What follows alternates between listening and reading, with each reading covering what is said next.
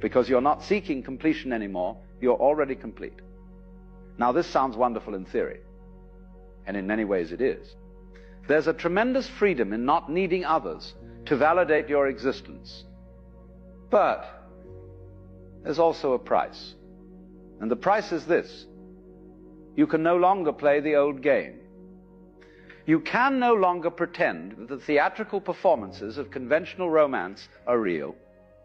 You can't fake being swept away when you see too clearly how the sweeping is done. This is where the loneliness comes in. Not the loneliness of being physically alone. That's easy.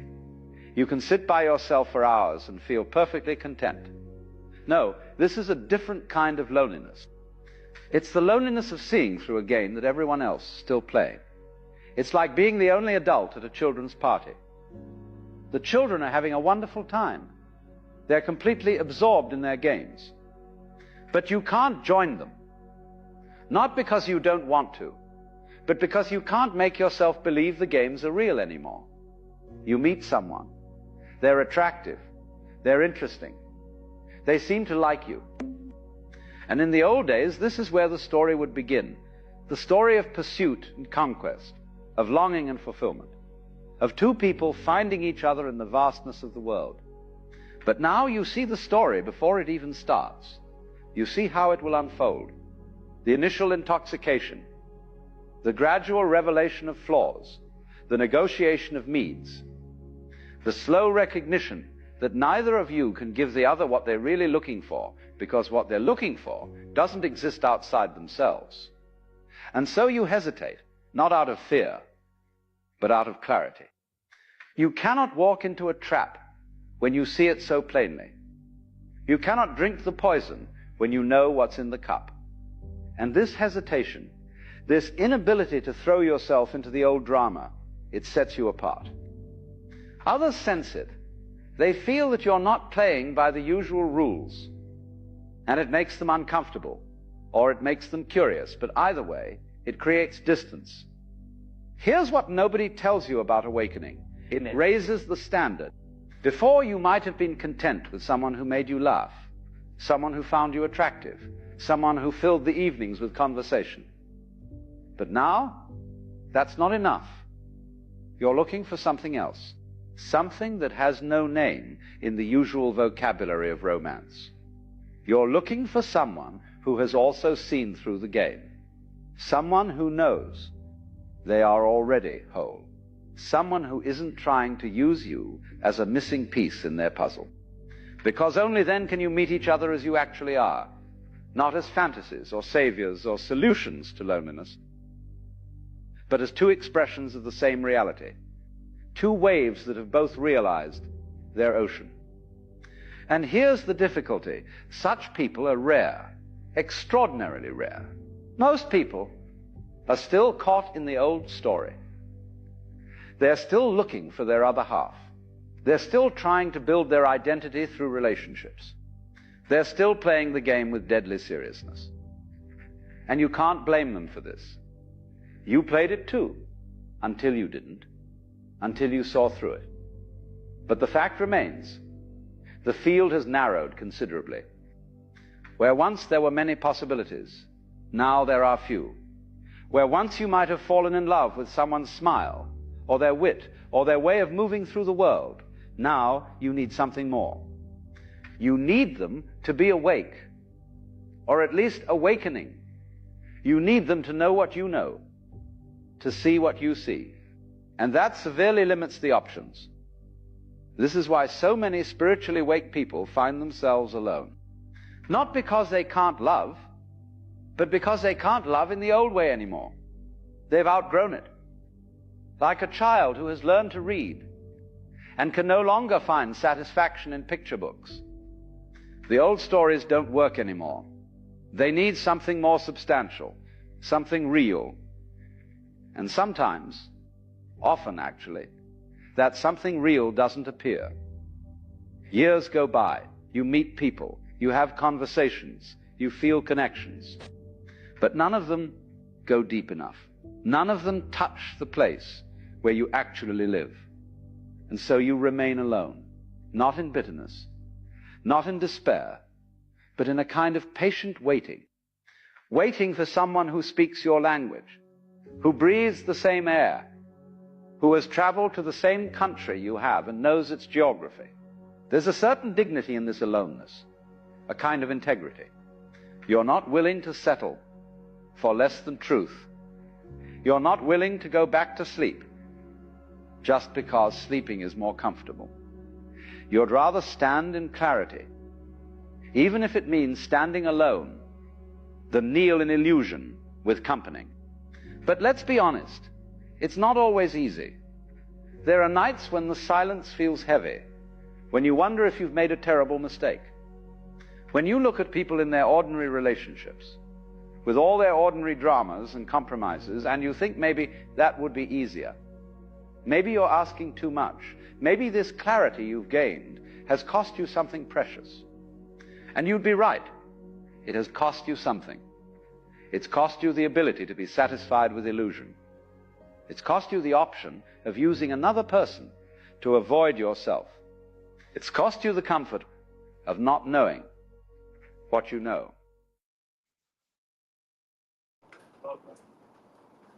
Honor and respect, honor and respect, honor and respect. Divine all blessed greetings and salutations. It is another edition of Revolutionary Hoodoo, New Orleans Voodoo Secrets and Recipes. Voodoo Hoodoo 101, powered, produced, promoted, sponsored, and supported by NOIVD, New Orleans International Voodoo Day. Become a part of something extraordinary. New Orleans International Voodoo Day is not just an event, it's a movement that celebrates culture, fosters education, and connects people from around the globe. By sponsoring this event, you're supporting a tax-deductible cause that preserves heritage, uplifts art and education, and fosters healing within the community and beyond. And your sponsorship goes beyond promoting your business. It demonstrates your commitment to cultural preservation and education while supporting a unique event that brings international recognition to New Orleans. Events like symposiums, art exhibitions, sacred processions, and global speakers offer unparalleled opportunities to honor history and inspire a brighter future. Supporting an event like this means empowering a community, enriching cultural understanding, and making a meaningful impact on the world. It connects your brand to a celebration that values unity, diversity, and progress while helping preserve traditions for generations to come. We invite you to join us in creating a legacy. Explore our sponsorship tiers and help us make New Orleans International Voodoo Day an unforgettable celebration. Together, we can uplift the community and inspire the world. And we certainly continue to invite your participation and support by visiting us at www.voodooday.org, www.vodouday.org. Please join us and participate, volunteer, donate, sponsor, promote, and certainly join us in creating a legacy event for years to come. We are now in our third year. This is our third annual International New Orleans Voodoo Day. And we're certainly grateful for your continued support and participation in the live chat. Greetings and salutations, Daniel Neal, faithful member of our community. We certainly do appreciate your continued support and showing up here in this sacred space. We certainly appreciate you, the vocal instrument, Maceo. Thank you so much for returning and continuing to support and participate us in this Monday through Friday, weeknight, 9 p.m. Central Standard Time podcast on a social media platform near you, or by way of the QR code that's in the top right corner of your screen. And I will be unmuting my beloved co-host, community activist, and agitator, the Queen Mother Sister Toni Martinez, our beloved Elder Reggie, Green Soap, leader and founder of Shrine of the White Cloth and committed co-administrator of NOIVD, and to our beloved brother Joshua Nylan Tanner, my first priest, my armor bearer, Black Hawk Voodoo Wildman, faithful committed co-administrator of NOIVD, and initiated member of La Source on 4, and our beloved Queen Mother Bianca Johnson Plessy, another beloved committed initiated member of La Source and faithful team member for NOIVD. And we again certainly invite your active participation in support throughout the ATR diaspora, Aboriginal African traditional religious systems, whether you be Ifa, Akan, Nago, Haitian Voodoo, Louisiana Voodoo, Rootwork, Kanja, Maria Leonza, Santeria, Lukumi, Sangoma from South Africa. We certainly do invite your participation, your support in this powerful and continued growing platform. I want to talk tonight about the spirits of light. You know, most folks think of Christmas and the holiday spirits. They picture snowflakes and pine trees, stockings hung by the fire. But when I come from, the air is warm, the streets are alive, and the holidays carry a rhythm all their own. In Haiti and in Louisiana, the season is not just about the birth of Christ. It's about the meeting of worlds, the living and the spirits, the old and the new, Africa and the Americas. It's about honoring ancestors while celebrating life. In Haiti, Christmas is a time when the Catholic calendar and voodoo traditions dance together. You'll see midnight mass at the church, and then later that night, a service loa, a voodoo ceremony where drums call to the spirits. The loa, the spirits are not distinct. They are family. They are not distant. Papa Legba, the gatekeeper, is greeted first. So the path between worlds is open. Then maybe Ursula Frida, the spirit of love and beauty, is honored with sweet perfumes and ribbons.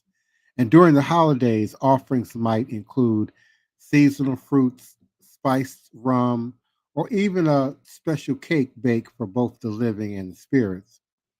Children sing carols in Creole, and sometimes the lyrics weave in blessings for the year ahead, asking the spirits for protection, health, and good harvest.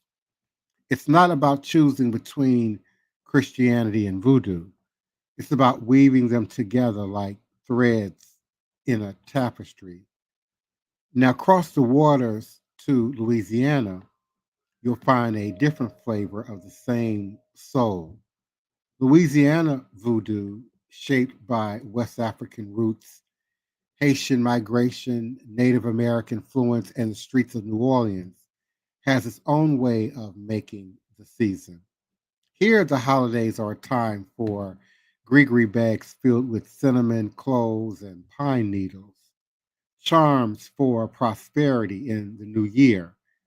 Candles are lit not just for decoration, but to honor the spirits and the ancestors. Some practitioners hold small gatherings where prayers are said to the saints. Saint Expedite for quick blessings, Saint Martha, the Dominator, for home protection, while also calling on the Loa they correspond to. And in New Orleans, the season's music isn't just jazz and carols. You might hear the steady beat of the tambour, the rattle of the asan, and the voices chanting in Creole under the glow of holiday lights strung across porches. And what's beautiful is how Haitian voodoo and Louisiana voodoo share the same heartbeat during the holidays.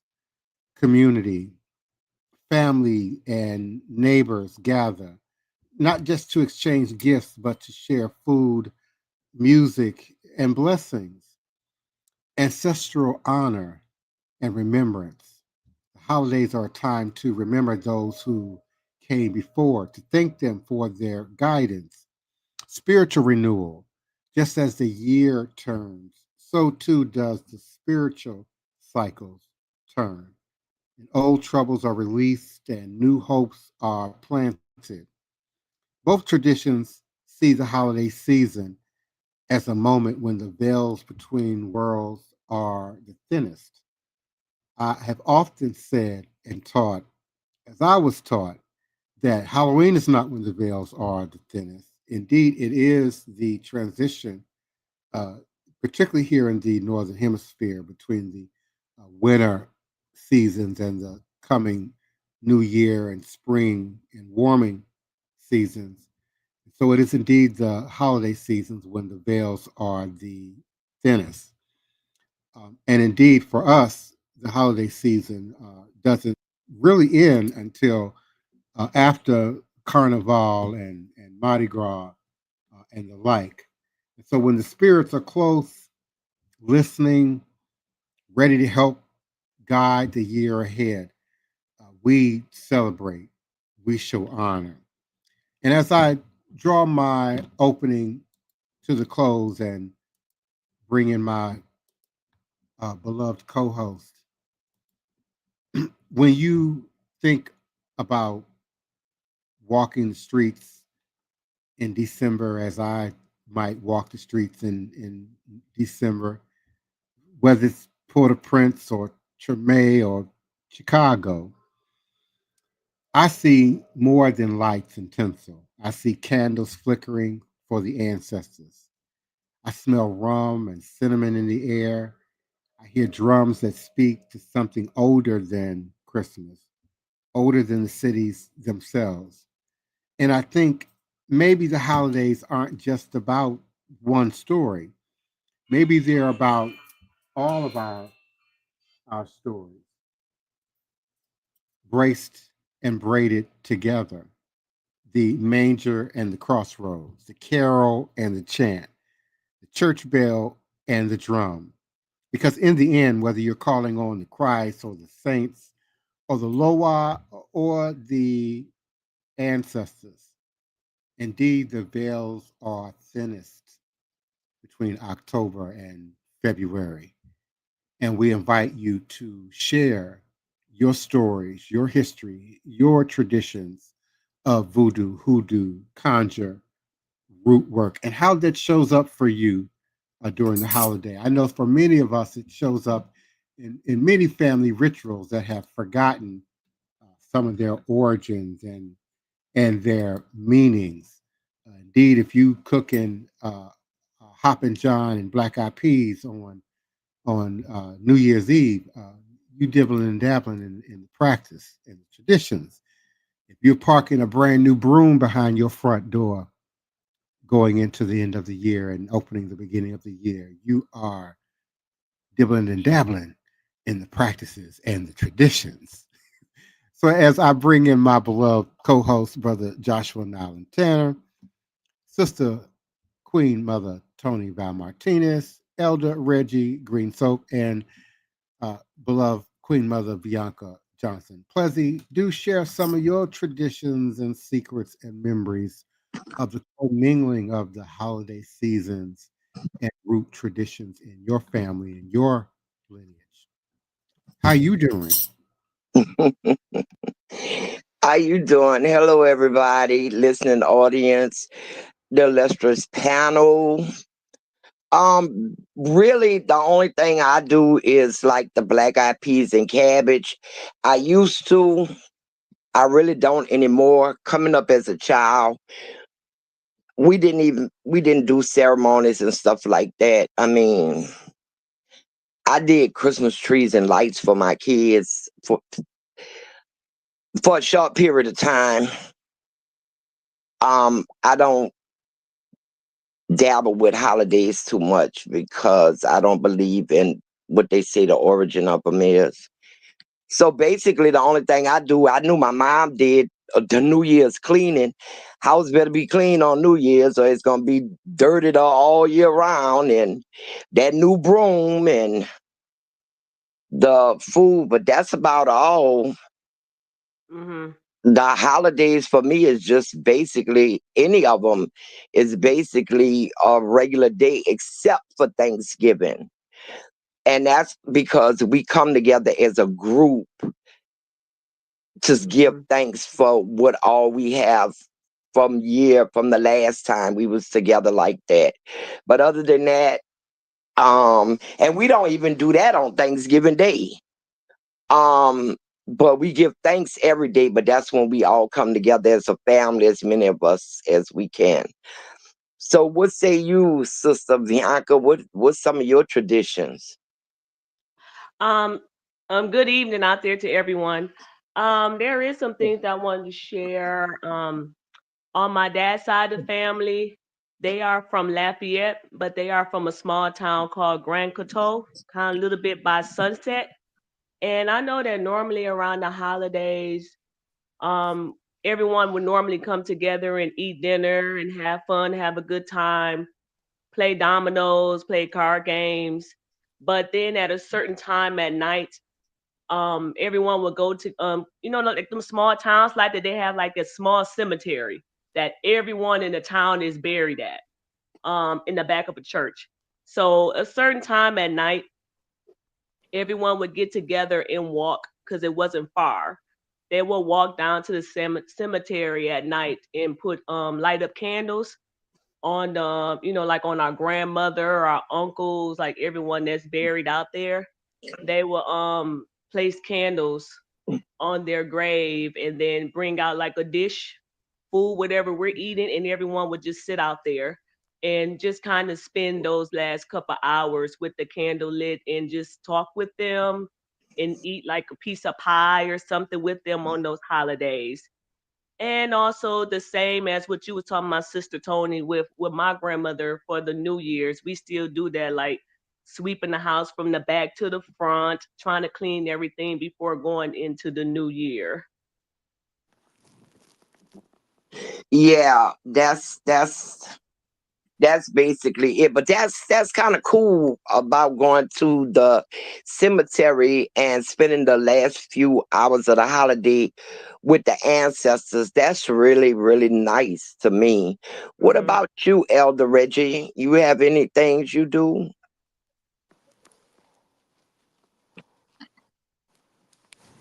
Oh, did we lose Elder Reggie?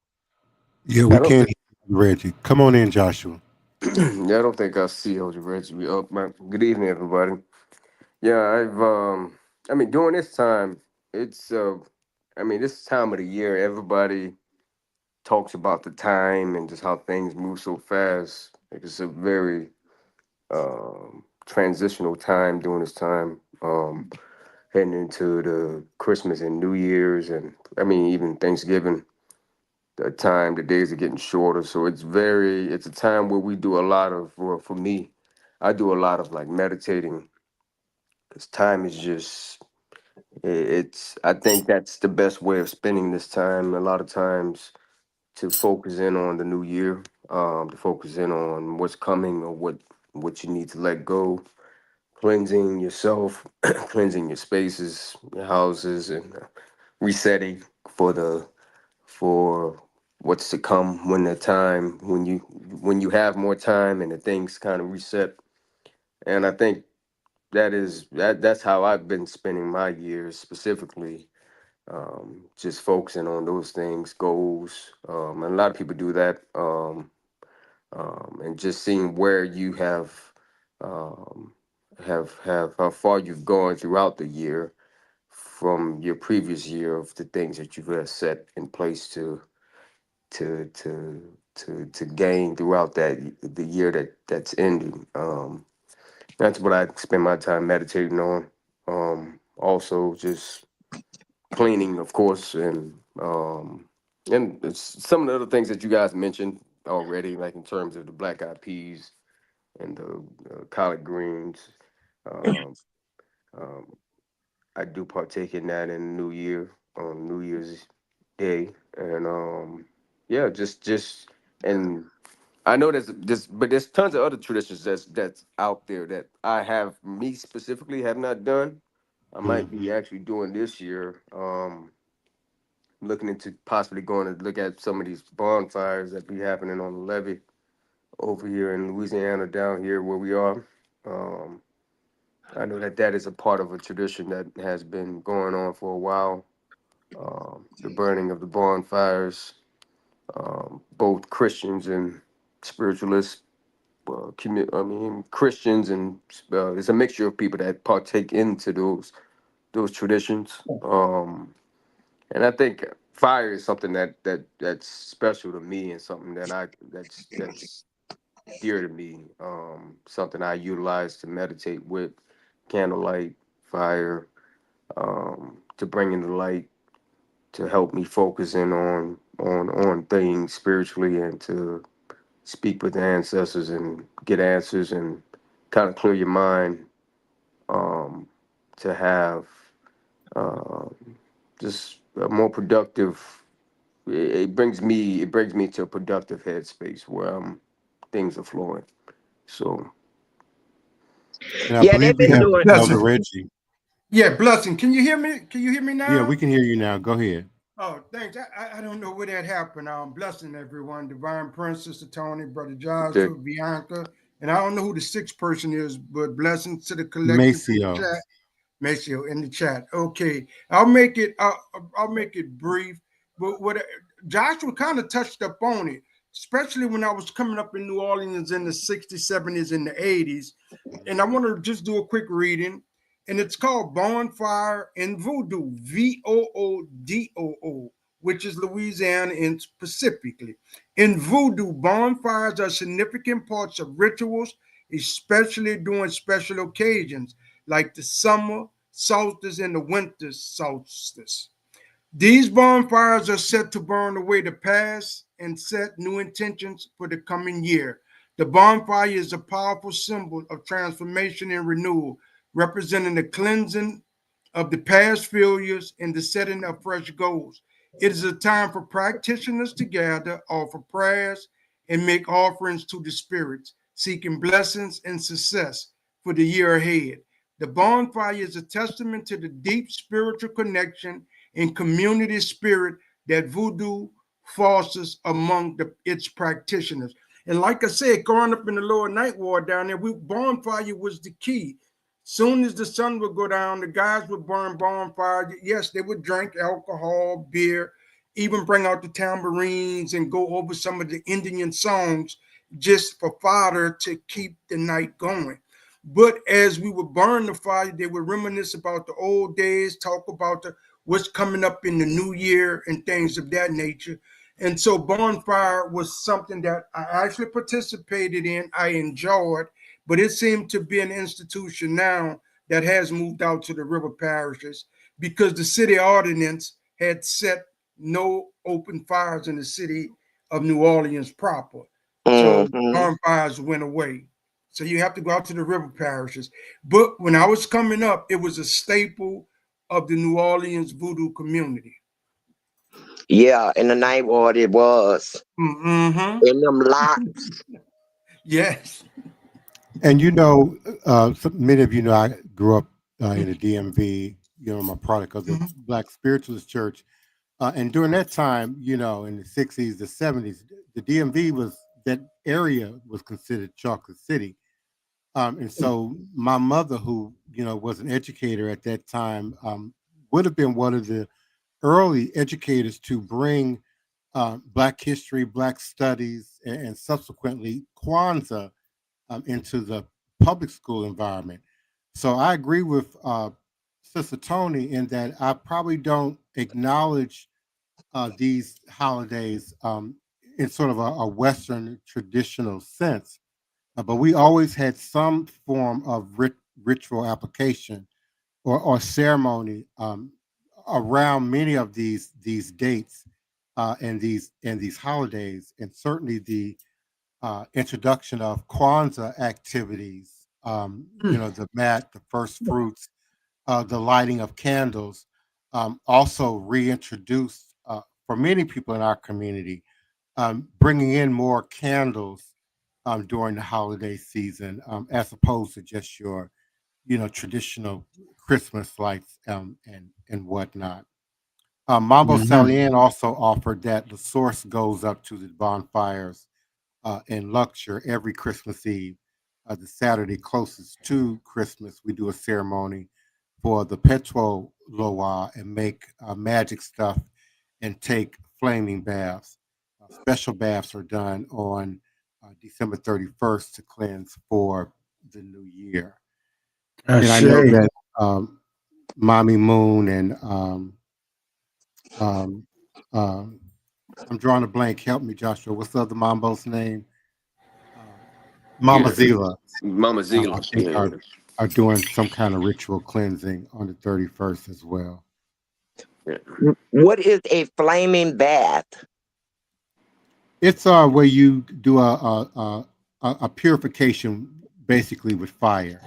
I did a smaller demonstration of that at our last new moon ritual application where I burned Florida water, fire. Some people add saltpeter, but saltpeter can also be found in gunpowder. So I add a little bit of gunpowder to it, and a few other elements. I don't want to, completely give my entire recipe here live on air, but there are certain elements that we, mix, and then you do a ritual, spiritual cleansing, utilizing fire, using the flame and fire. Interesting. Anyone else want to share their holiday traditions?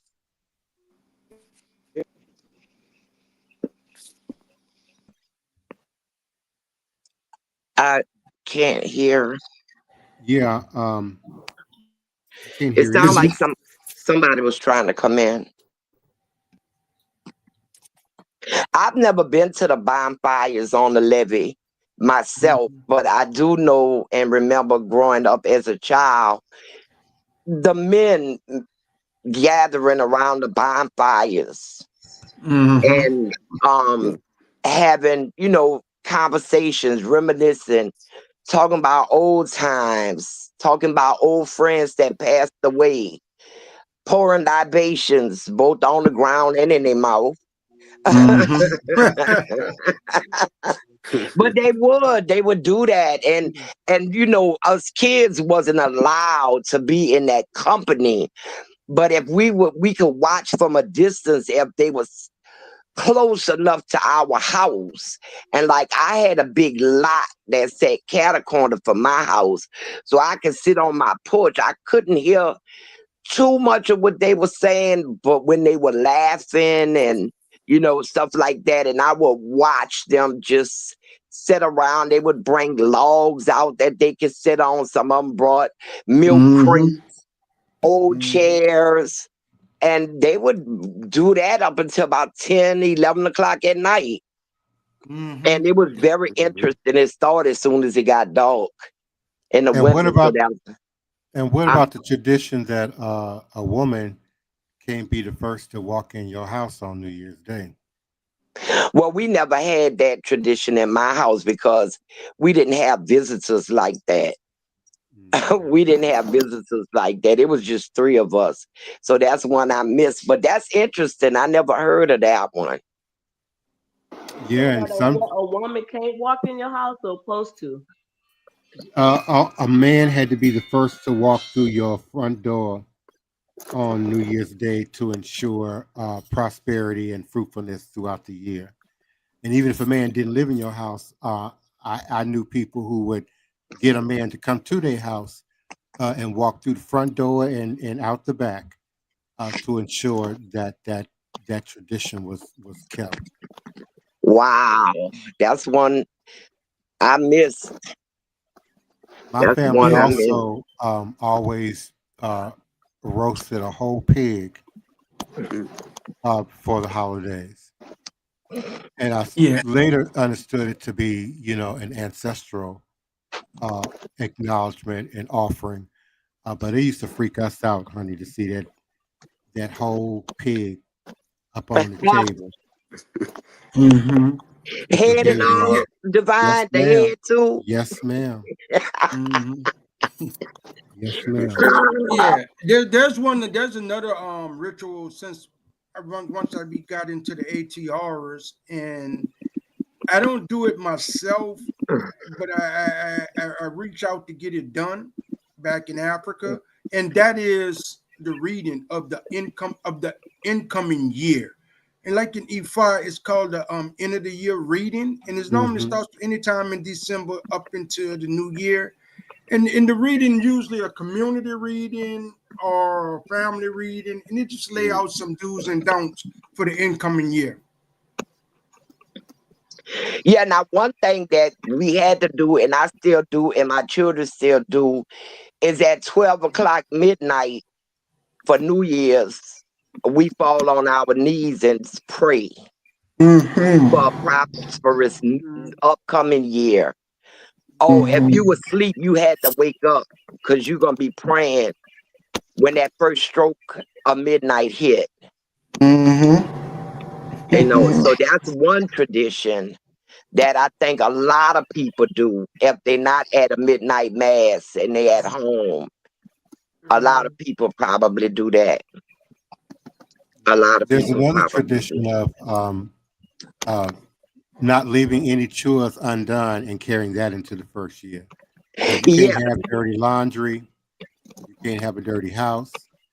You yeah. should have That, some money in your pocket and your purse. if it Otherwise, ain't you'll but a remain broke dollar. all year.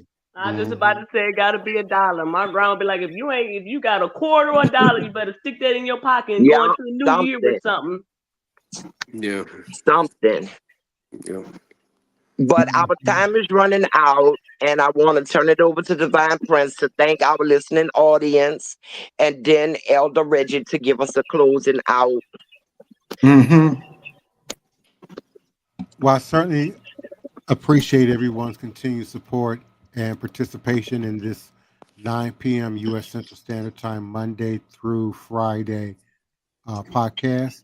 And we're certainly grateful for Facebook, all of our Facebook platforms where you can find the show links, Tumblr, Blogger, LinkedIn, certainly YouTube, X, formerly known as Twitter, and my EarthCam page. I'm also particularly thankful for our Instagram participants, Megan 3322, Mac 4808, the Inner Wise Path. We certainly appreciate you. Just thank you for coming through.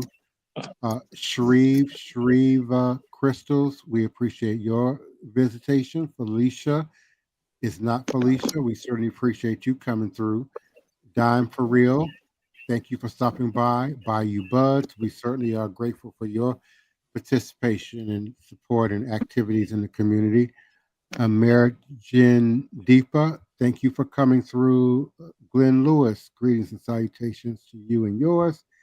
And Empire Chisholm, thank you so much for coming through. And we look to meet you here again at 9 p.m. U.S. Central Standard Time on tomorrow night on a platform near you. Okay, yes, I'd like to read our advertisement. Our next new moon ritual and prayer and application ceremony, it will occur on the next new moon, which is Friday, December the 19th. That location is 710 Cluid Street. It's called the Cluid Gardens. We're doing a ritual of spiritual warfare. Those in the local area, please come out and support that event.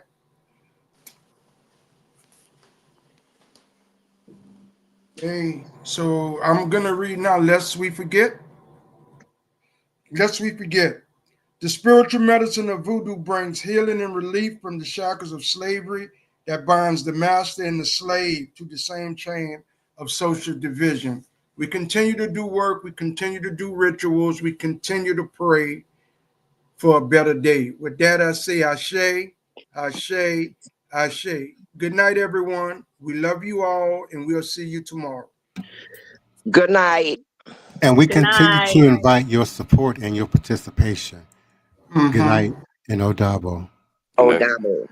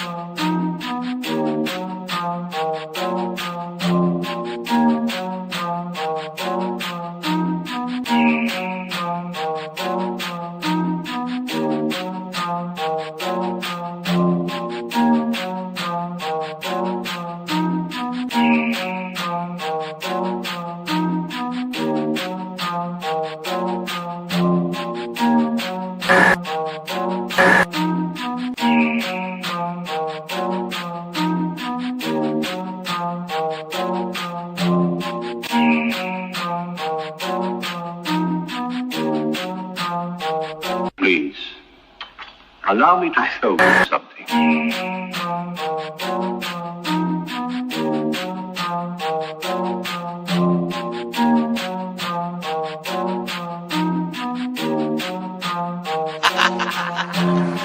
They say I'm crazy and that might be true. I got this right in my DNA, yet I'm coming for you. It's time we turn the tables, flip these motherfuckers on you.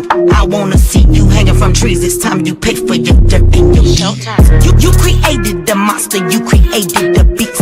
Now all this savagery you just gon' reap. I'm coming home, daddy, to the plantation, and I'm taking the lives of everybody, including the children, on some Nat Turner away. Do you hear that sound? It's about to go down. Unleash the beast, we about to tear this motherfucker down. Do you hear that sound? It's about to go down. Unleash the beast, we about to tear this motherfucker down. I met my girl Harriet at the gate. If you wanna know how she doing, yeah, she's straight. But she had one question: when we gon' get up? All that talking tough, yeah, we don't walk it tough. She got it locked and loaded, got that piece up on her side. She looked me in my eyes and said, "Meet you ready to ride?" Moving forward, you gotta use both eyes. Watch your front and watch your back. Keep your hands up on your gas. Do you hear that sound? It's about to go down. Unleash the beast, we about to tear this motherfucker down. Do you hear that sound? It's about to go down. Unleash the beast, we about to tear this motherfucker down. He sit at the table, but he don't order no bacon. He greet me in those words, assalamu alaikum. Got them glasses on his face and them waves in his head. He go by the name of Detroit Red. He looks me in my eye and says, "You only get one try. Know that your biggest opposition will come from the inside. I know you wanna love them all, but don't even try, because they'll smile up in your face while plotting your demise." Do you hear that sound? It's about to go down. Unleash the beast, we about to tear this motherfucker down. Do you hear that sound? It's about to go down. Unleash the beast, we about to tear this motherfucker down.